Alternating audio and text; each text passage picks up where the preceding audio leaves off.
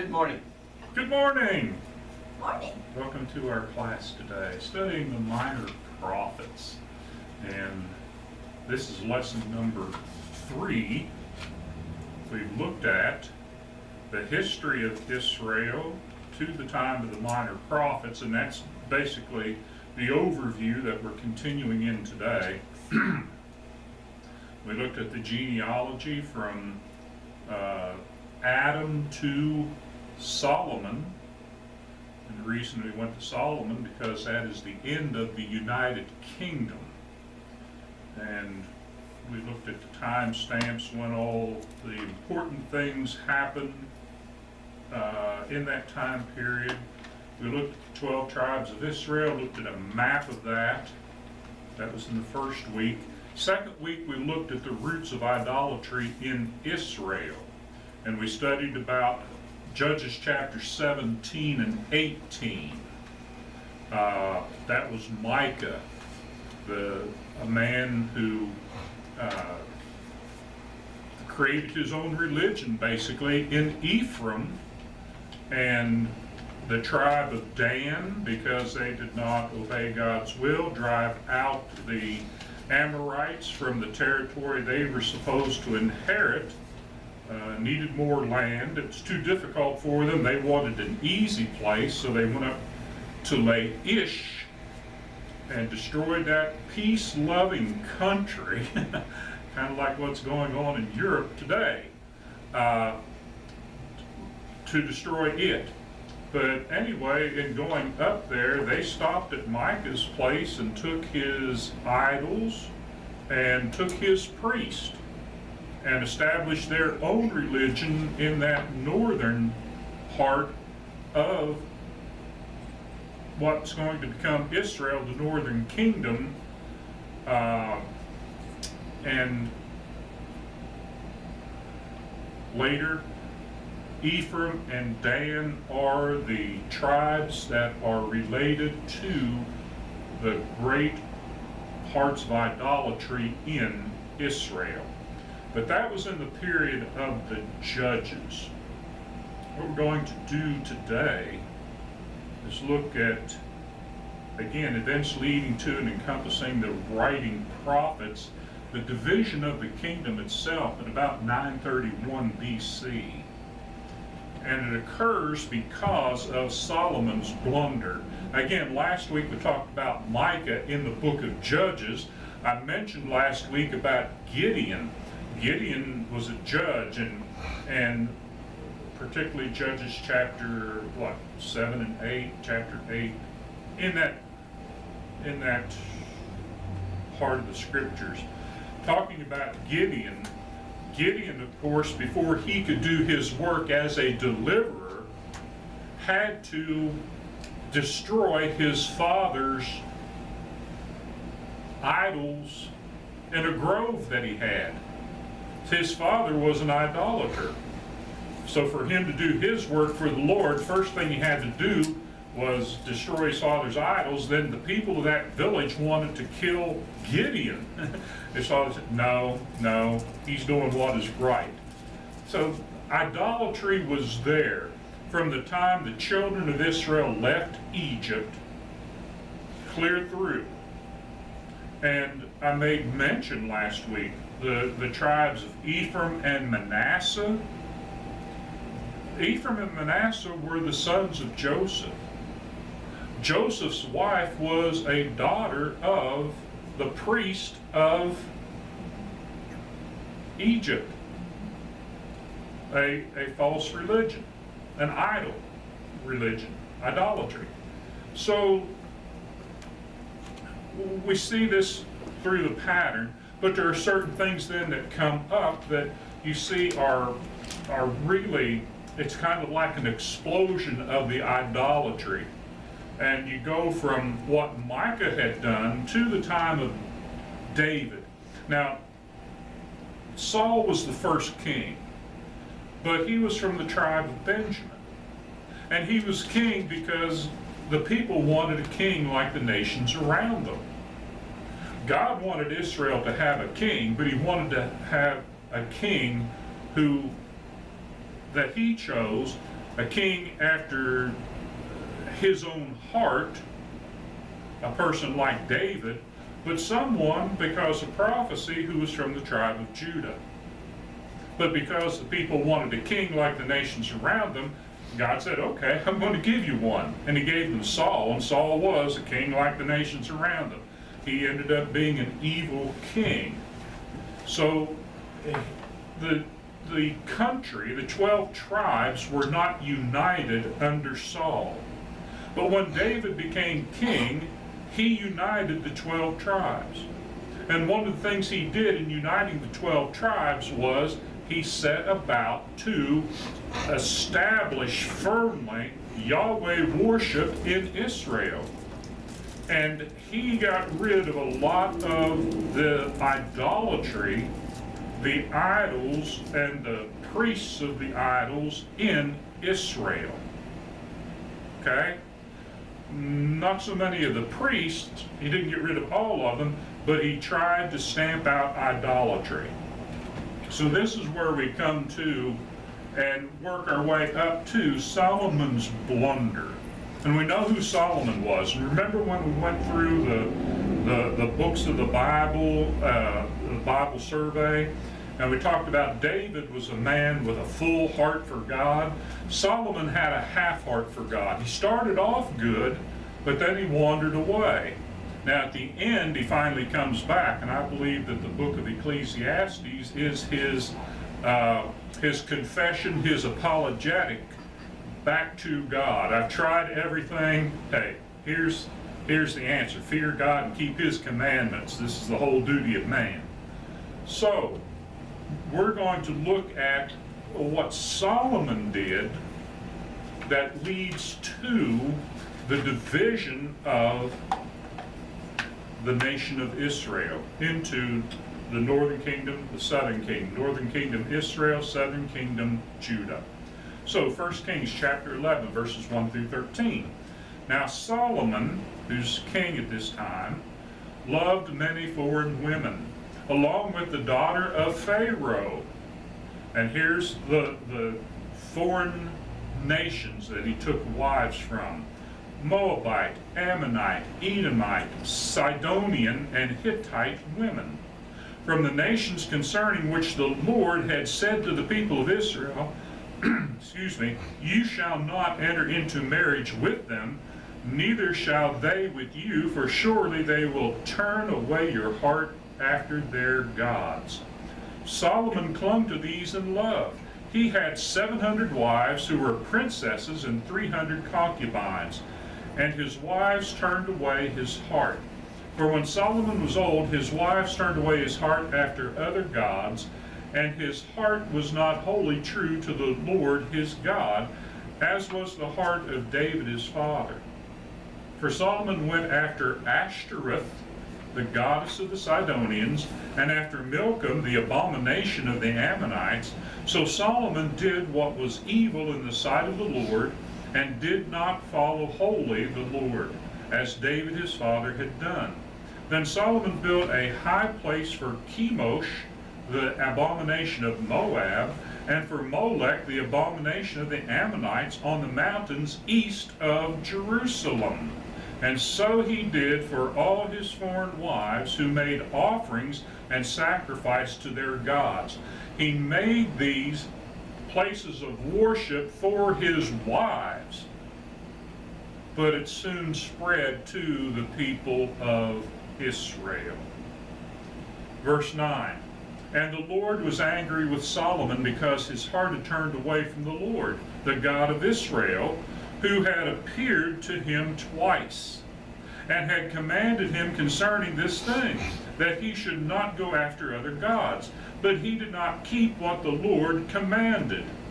And therefore the Lord said to Solomon, since this has been your practice, and you have not kept my covenant and my statutes that I commanded you, I will surely tear the kingdom from you, and will give it to your servant. Yet for the sake of David your father, I will not do it in your days, but I will tear it out of the hand of your son. However, I will not tear away all the kingdom, but I will give one tribe, catch that now, one tribe to your son for the sake of David my servant, and for the sake of Jerusalem that I have chosen.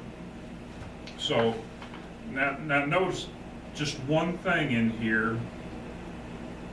It says in verse 9, the Lord, the God of Israel, that's Yahweh, the God of Israel, who appeared to him twice. But when it says, therefore the Lord said to Solomon, that is probably through the words of a prophet. This is going to happen. I'm going to take away the kingdom from you, not from you necessarily, but from your son. Now, remember, this is supposed to be the house of David for this 1,000-year period of time. All right? Solomon was in the midst of a huge building project. He built huge buildings all over the place, and he built the temple, built palaces, built fortresses all over the place. But he did it with forced labor. Okay? Forced labor. Well, who was the forced labor? A lot of it was the children of Israel. All right?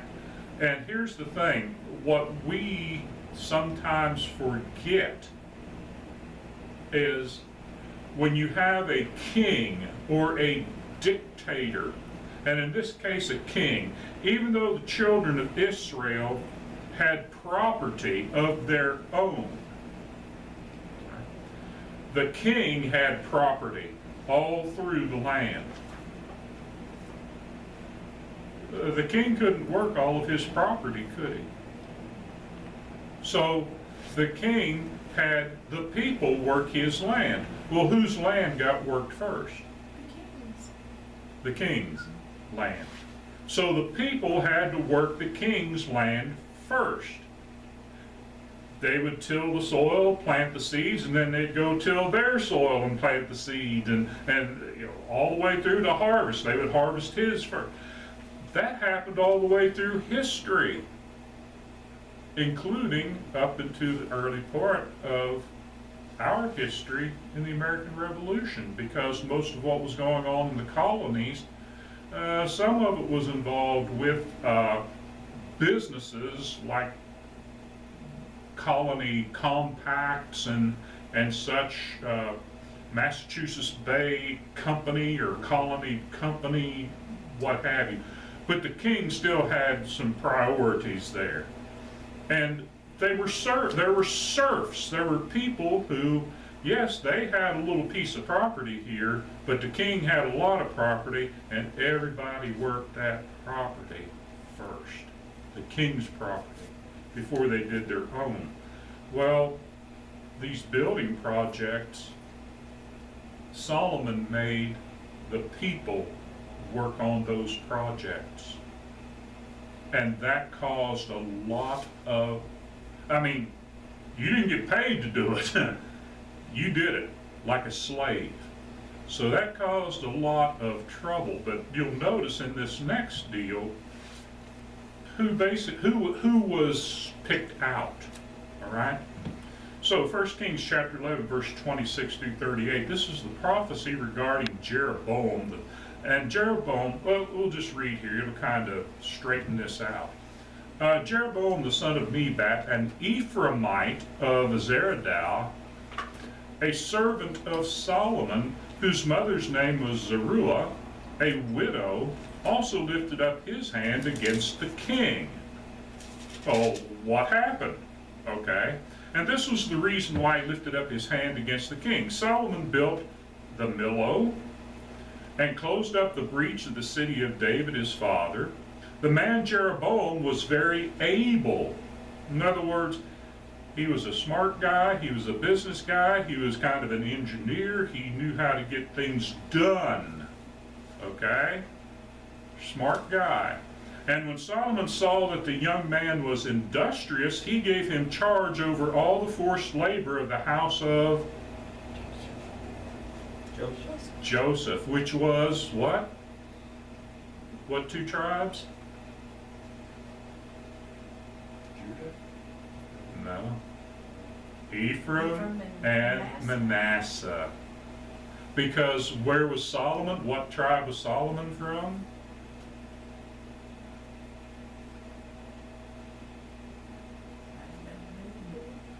Judah. Judah. So you were right. Okay, Judah. All right. So it's like Ephraim and Manasseh is bearing the brunt of this, it seems like. Okay? And they're not happy. All right. Well, why would you get your own relatives to do this when you can get your cousins to do it? Your own sons and daughters, and you can get your cousins. It's kind of like that deal. All right. So, verse 29.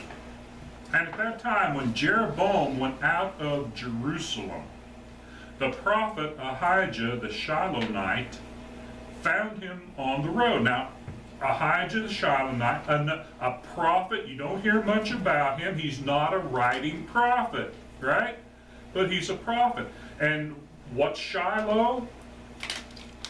Shiloh was a very important place of worship, wasn't it? We read about it in the scriptures. So he finds Jeroboam on the road. Now Ahijah had dressed himself in a new garment, and the two of them were alone in the open country. Then Ahijah laid hold of the new garment that was on him, and tore it into 12 pieces, and said to Jeroboam, Take for yourself 10 pieces.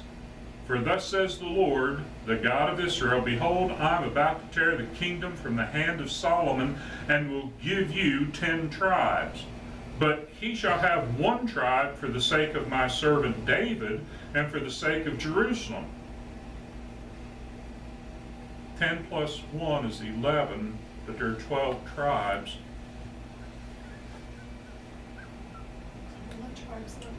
One tribe's kind of left out. Keep Benjamin in your mind for later purposes, okay? All right. So,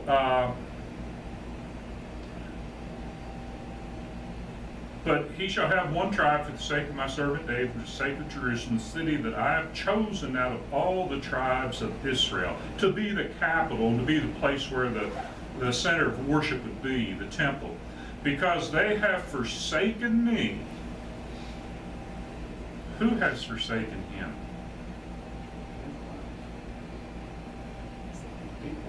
The people, but Israel, but mainly that northern part, okay?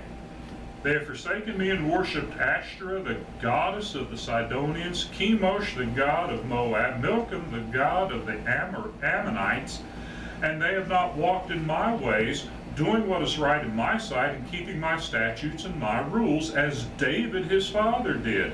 Nevertheless, I will not take the whole kingdom out of his hand, but I will make him ruler all the days of his life, for the sake of David my servant, whom I chose, who kept my commandments and my statutes. The kingdom was not going to be divided in Solomon's reign. Verse 35, but I will take the kingdom out of his son's hand, and will give it to you 10 tribes. Rehoboam is going to be Solomon's son, who will be the next king of Israel. Verse 36, yet to his son, yet to his son I will give 1 tribe, that's Judah, that David my servant may always have a lamp before me in Jerusalem, the city where I have chosen to put my name. You shall reign over, listen to this, all that your soul desires, and you shall be king over Israel. And if you will listen to all that I command you, and will walk in my ways, and do what is right in my eyes by keeping my statutes and my commandments, as David my servant did, I will be with you and will build you a sure house, as I built for David, and I will give Israel to you. So is Jeroboam, you're from Ephraim, and though the prophecy was that the kings would come from Judah, but I will give you the kingship, not the Messiah promise. That's going to remain with Judah. But I'll give you the kingship of Israel and continue with your household if what? If you walk in my ways. Because Solomon has not. So this is where the division of the kingdom comes down to. You understand? How long a reign did Solomon have? 40 years. Yeah. He was how old probably? He was young when he started. It was like what, 16 13, 14, 15, somewhere around in there. He died at what? In his early 40s, I believe.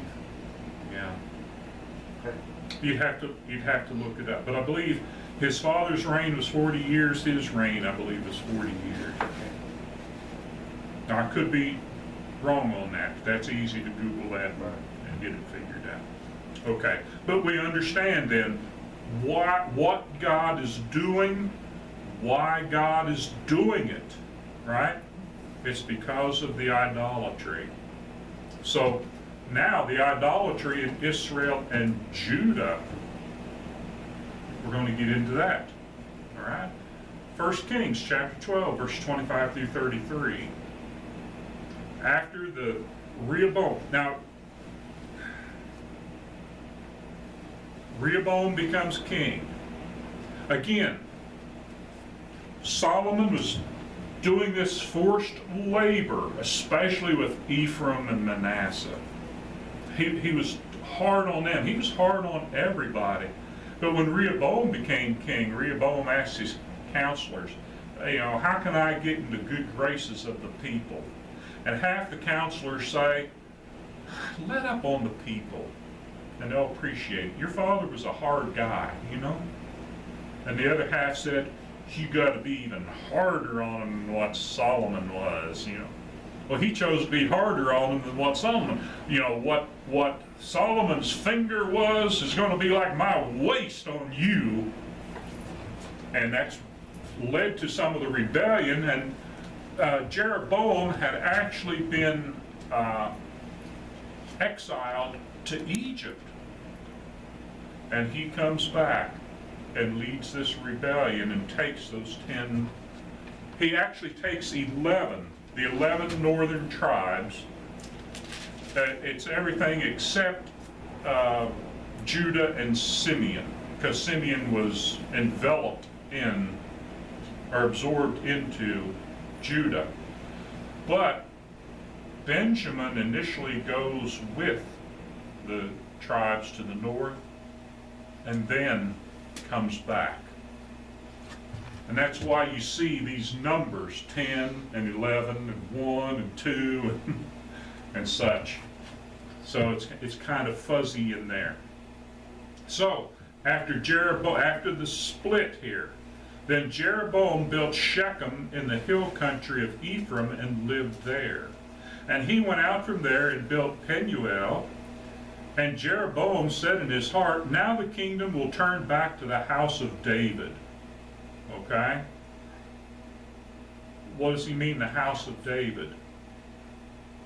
Well, David was the king, right? Well, maybe we get rid of Rehoboam and get a better king.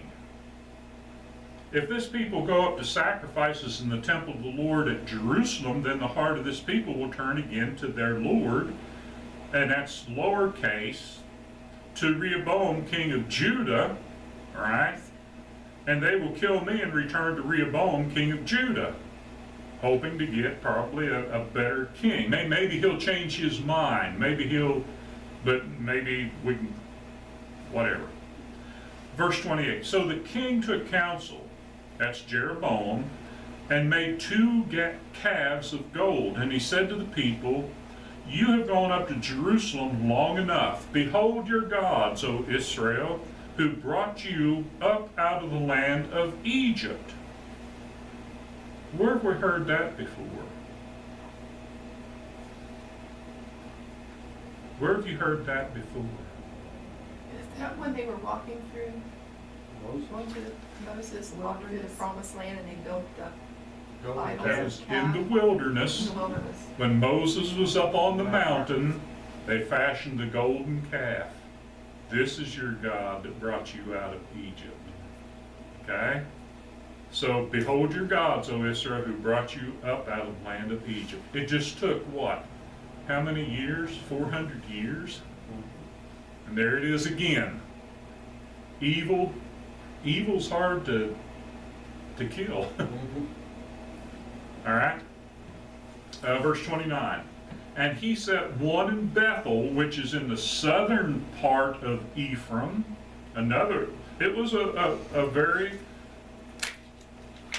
sacred place to the children of Israel, right? And the other he put in, where? Dan, where it had that idolatry that we talked about that Micah caused in the children, the tribe of Dan, and that David had wiped out. David had wiped it out, but what? David didn't kill all the priests. Verse 30, then this thing became a sin, for the people went as far as Dan to be before one. He also made temples on high places and appointed priests from among all the people who were not of the Levites. And Jeroboam appointed a feast on the 15th day of the 8th month, like the feast that was in Judah. In other words, what would be the feast of the 8th month? Well, depending on where you count. If you count from the Day of Atonement, you're getting up to like Passover. Right? But you don't need to go down there and celebrate Passover. We're going to have a feast here. Now, same thing has happened contemporaneously. Right? You don't need to do Passover. We'll give you Easter, and we'll call that a Christian holiday. And you don't need to do this, we'll give you Pentecost. And you don't need to do this, we'll give you Christmas. And you don't need to do this. Come on, just exchange one idol for another idol, basically. All right? And where does it come from? There you go. You see the roots of it right there. That we live in the same type of an environment today as what he calls there. And he offered sacrifices on the altar. So he did in Bethel, sacrificing to the calves that he made. And he placed in Bethel the priests of the high places that he had made. He went up to the altar that he made in Bethel on the 15th day in the 8th month, in the month that he had devised from his own heart. And he instituted a feast for the people of Israel and went up to the altar to make offerings. Okay? So you want to destroy a culture? Destroy the roots of the culture. You want to destroy Israel? Get rid of Passover. You want to destroy Christianity? Get rid of what's presumed to be the roots of Christianity. Deny the resurrection, deny the life of Christ. Get rid of the holy days, holidays. You see? And put new ones in there. You want to destroy the American culture? What do? Get rid of, well, it's not 1776, it's what, 1620, 1621? Yeah, or whatever that is, get rid of the holidays and put new holidays in there, and get rid of the national anthem and have another national anthem. Yeah, you see, replace that. That's how these things then go. All right, so, all right, 1 Kings chapter 14, verse 21 through 24. Now Rehoboam, the son of Solomon, reigned in Judah. That's verse 20, 21, 22. And Judah did what was evil in the sight of the Lord. And they provoked him to jealousy with their sins that they committed, more than all that their fathers had done. Like I said, there was idolatry in Judah, the same as the other tribes all along, but it got worse under Rehoboam. All right? For they also built for themselves high places and pillars and Asherim on every high hill and under every green tree, and there were also male cult prostitutes in the land. They did according to all the abominations of the nations that the Lord drove out before the people of Israel. Okay, and you understand what that's talking about, all right? And that may not be an organized religion today, but the same thing is going on today, all right? So that's why God was upset. Idolatry in the north, idolatry in the south, and it's growing, it's getting worse. They're forgetting about God. Now we're going to drop down to, in 1 Kings chapter 16, verse 29 through 33. This is, all right, Rehoboam, you're talking about mid-19, you're talking about right about 900, okay? If I'm thinking correctly.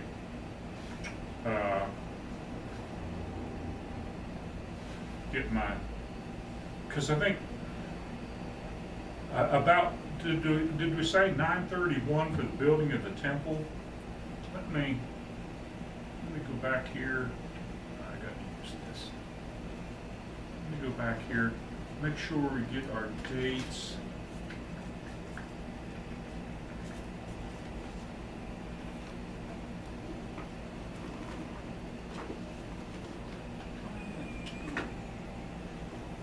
$959, the completing of the temple. $931, the dividing of the kingdom. Okay, and I'm not sure right offhand how long Rehoboam reigned. Okay. Must be on this map, Might be, but we'll just. But we know we're right about 900. When we get to that time period. Now let me get back to where I was here. Oop. Need to go one more. All right. 1620. So now we're going to drop down just a little bit, like a couple kings. Okay. 1 Kings chapter 16, verse 29 through 33. In the 38th year of Asa, king of Judah, Ahab, the son of Omri, began to reign over Israel. That's the northern kingdom. And Ahab, the son of Omri, reigned over Israel and Samaria 22 years. And Ahab, the son of Omri, did evil in the sight of the Lord, more than all who were before him. More than Jeroboam, the son of Nebat, he's going to be mentioned here in a moment. And as if it had been a light thing for him to walk in the sins of Jeroboam, the son of Nebat, he took for his wife Jezebel, the daughter of Ethbaal, king of the Sidonians, and went and served Baal, and worshipped him. He erected an altar for Baal in the house of Baal, which he built in Samaria. And Ahab made an Asherah. Ahab did more to provoke the Lord, the God of Israel, to anger than all the kings of Israel who were before him. And of course, you know who the prophet was at the time of Ahab and Jezebel. Right? That's Elijah. What's that mean that Ahab made an Asherah? Asherah was the goddess, and he made the statue, the idol form of that Asherah. New King James For them says a to wooden worship. image. Yeah, that's a wooden New image. King James says wooden image. The wooden image, yeah, a wooden image of Asherah. Okay, and again, you're getting into the fertility cults here when you're talking about, especially Asherah, but undoubtedly Baal also.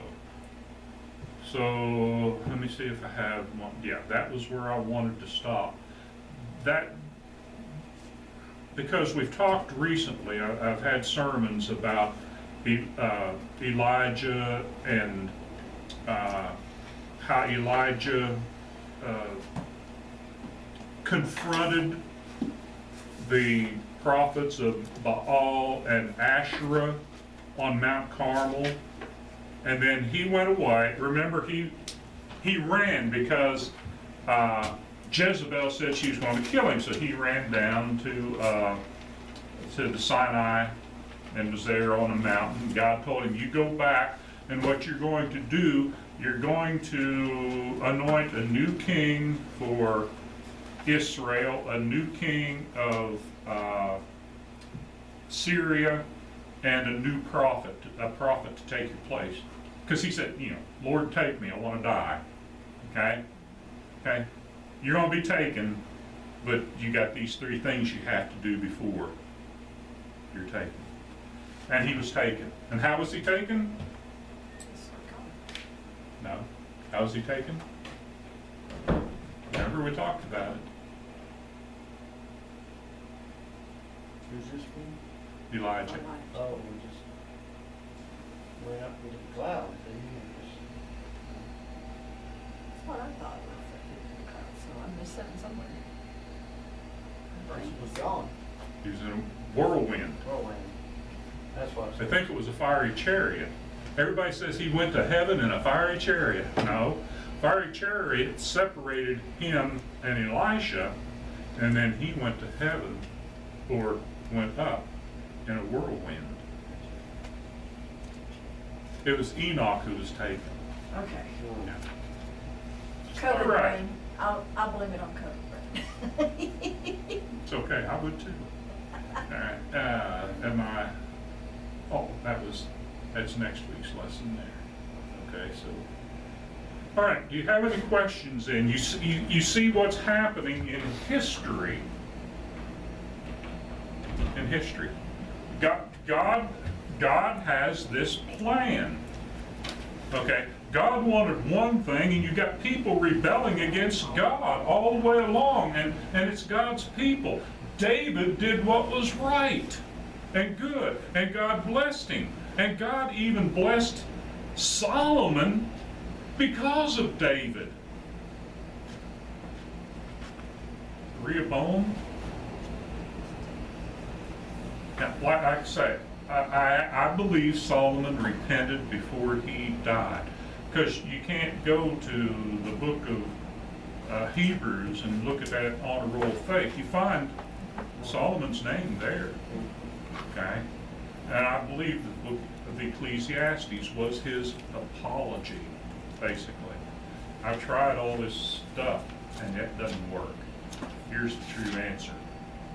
Fear God, keep his commandments, will do be a man.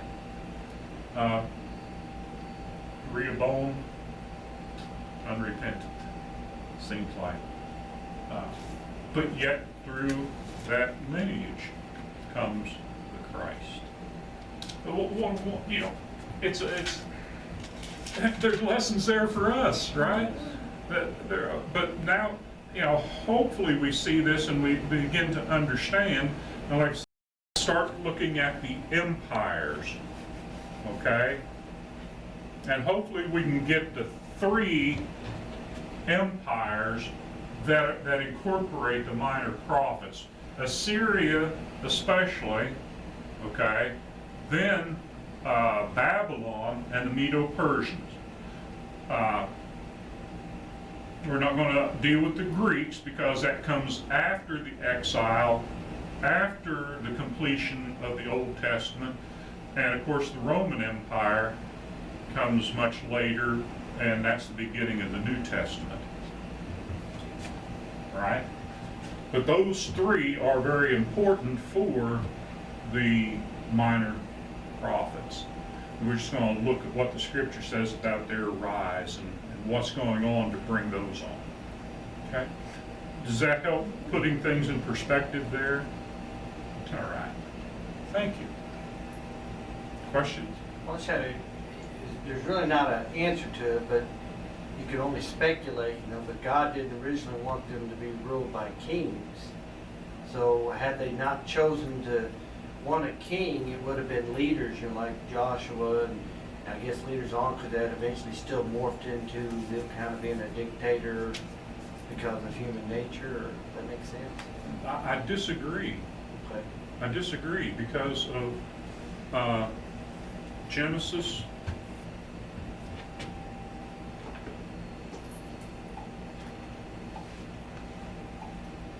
Let's turn to Genesis.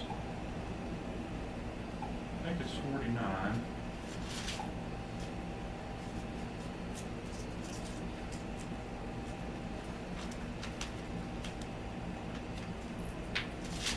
And starting with verse 8.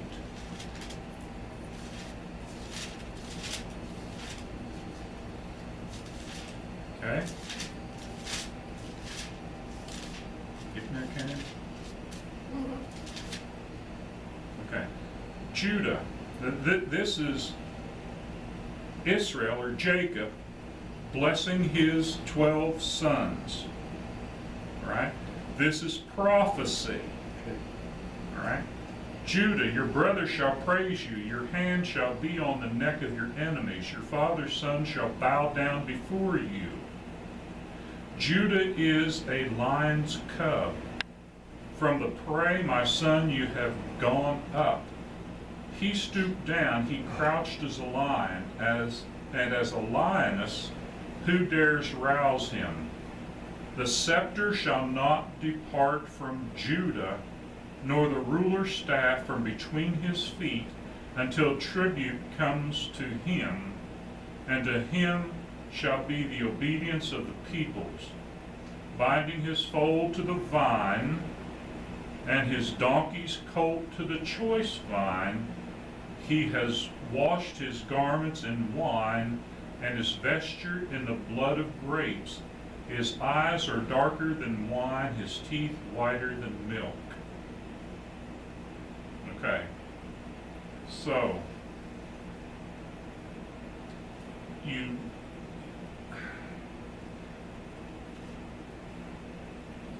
look at verse 10, starting there. The scepter shall not depart from Judah, nor the ruler's staff from between his feet. But that next phrase, I think if you're looking in the New King James Version, until Shiloh comes. Okay? The ruler will come from Judah. Okay? So God, through this prophet, Jacob, who's Israel, is saying Judah is where the kings are going to come from. God did want, yes, God wants to be honored as king, but he wanted a king for the people, but a king that he chose, a king after his own heart. And David was a man after God's own heart. God was going to give them a king, but what did the people want? I think what I got it mixed up is that they asked the people, what king do you want? And they didn't choose wisely. And that's what I'm thinking of. No, but the people said, we want a king. Yeah.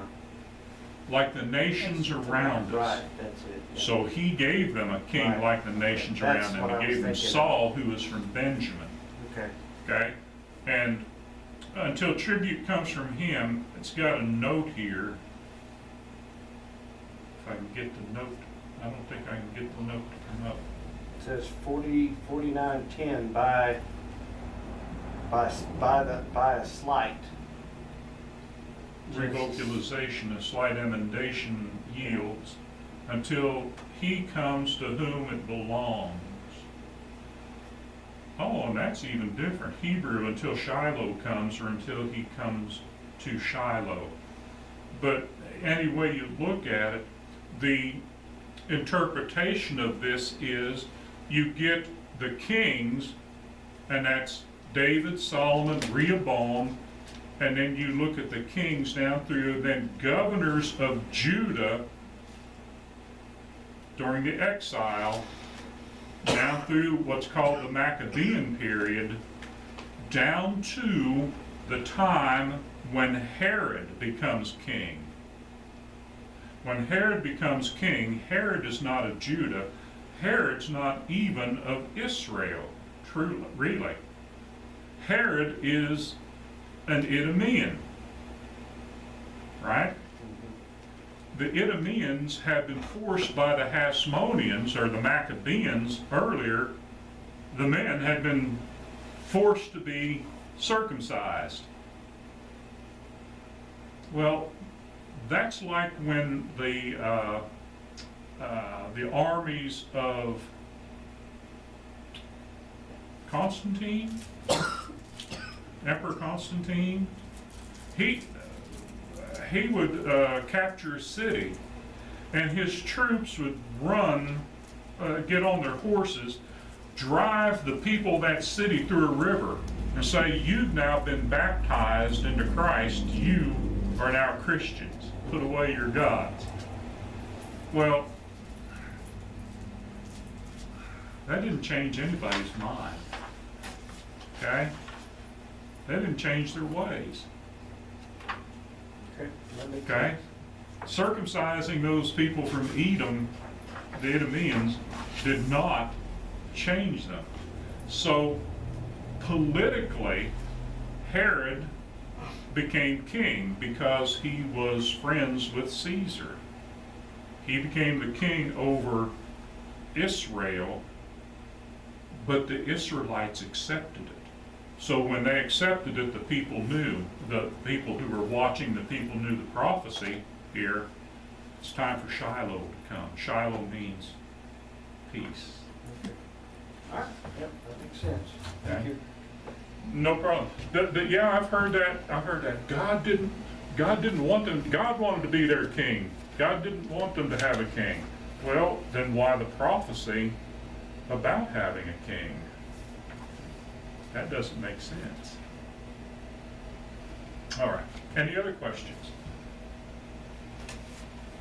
All right. Again, thank you for your time.